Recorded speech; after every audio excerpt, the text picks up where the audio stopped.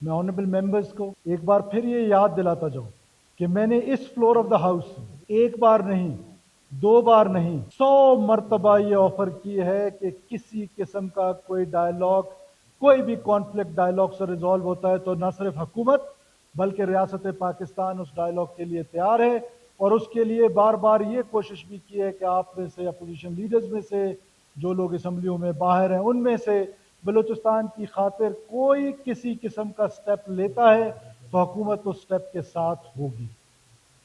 جس طرح خیر جان بلوچ صاحب نے کہا کہ 15 خون معاف ہیں، میرے 380 لوگ مارے گئے ہیں اس جنگ میں ان تمام لوگوں کا خون بھی پاکستان کی خاطر معاف کرنے کو تیار ہوں۔ میری ذات کا مسئلہ نہیں ہے جناب اسپیکر۔ جناب اسپیکر، بات یہ ہے کہ اس لڑائی کو انڈرسٹینڈ کرنے کی ضرورت ہے۔ کیوں ہم اس کنفیوژن کا شکار ہیں کہ یہ جو ہے لڑائی وہ شاید انڈر ڈیولپمنٹ کی وجہ سے، یہ لڑائی شاید بے روزگاری کی وجہ سے۔ میری بہن جذباتیوں کے پتہ نہیں کیا سے کیا کہے گی، وہی شام کو ہیرو یا ہیرن بننے کا شوق ہے کہ شام کو فیس بک پہ تقریر چلنی چاہیے۔ کیوں ریالٹیز پہ بات نہیں کرتے ہیں؟ کون سی رائٹس جو پارلیمنٹ نے بلوچستان کو نہیں دی ہیں؟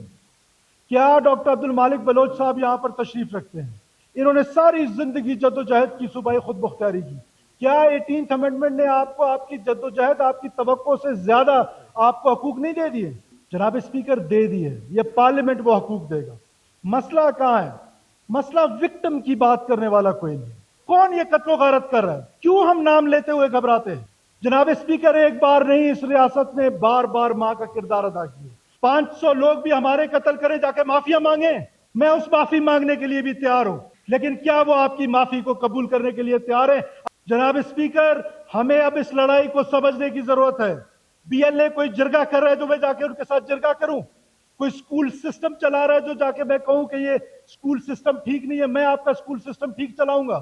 ایمبولینس سروس چلا رہی ہے، وائلنس، بندوق کے زور پر اپنا نظریہ مسلط کرنا چاہتی ہے، تو کیا وائلنس کی اجازت دے دیں؟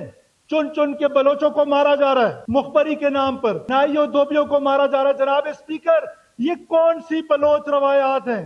جنگ کے بھی کوئی اصول ہوتے ہیں، قومیت کے بھی کوئی اصول ہوتے ہیں۔ ہمارے آباء و اجداد نے تاریخیں رقم کی ہیں۔ بلوچ تاریخ بھری پڑی ہے دلیری سے، بلوچ تاریخ بھری پڑی ہے مہمان نوازی سے۔ یہ کون سی تاریخ ہے جو ریاست پاکستان کو توڑنے کی بات کرے گا، بندوق اٹھائے گا، ریاست مکمل طور پر ان کا کلا کما کرے گی؟ کہاں کہاں ہم نے بلوچوں کے لیے آپ کی یونیورسٹیز ہارورڈ اور آکسفورڈ کے دروازے کھول دیے بلوچ بچیوں کے لیے، بلوچ بچوں کے لیے۔ آج بھی بلوچستان کے تمام بچے جو ہیں ویلفیئر اسٹیٹ کی طرح تعلیم حاصل کر رہے ہیں، جتنی بھی یونیورسٹیز ہیں۔ اگر اتنا ہی ہے تو یہ کنٹونمنٹس ہیں، وہاں پر آ جائیں۔ لڑائی لڑنے کا شوق ہے تو معصوم نہتے مسافروں پر جہاں وہ نظر آئے، جہاں کبھی بسوں سے اتارے، کبھی ایتھنک بنیادوں پر اتار کے ان کو مارے۔ لیکن یہ کنفیوژن دور کرنی پڑے گی۔ یہ کنفیوژن کون دور کرے گا؟ یہ آگسٹ ہال دور کرے گا۔ کوئی ملک اس کی اجازت نہیں دیتا سوائے اس بدبخت ملک کے، کہ وہ اجازت دیتا ہے کہ اس کی سڑکوں پہ انڈیپینڈنٹ پاکستان جو ہے، پاکستان کو توڑنے کی بات کی جائے اور وہ برداشت کرتا رہتا ہے۔ جس دن ریاست نے یہ جنگ لڑنا شروع کر دی نا، تو میں آپ کو بتاؤں گا کہ کون ہارا کون جیتا۔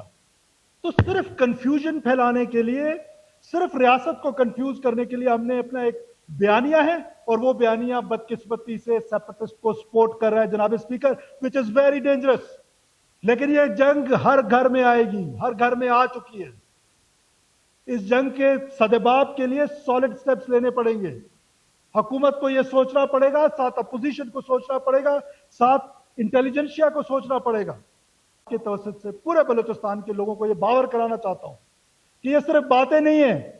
کچھ لوگ کہہ رہے ہیں یہ ہماری ایفرٹ ہے، ہم اپنی ایفرٹ کریں گے کہ انشاءاللہ تعالی بلوچستان میں امن کا سورج بحال ہوگا۔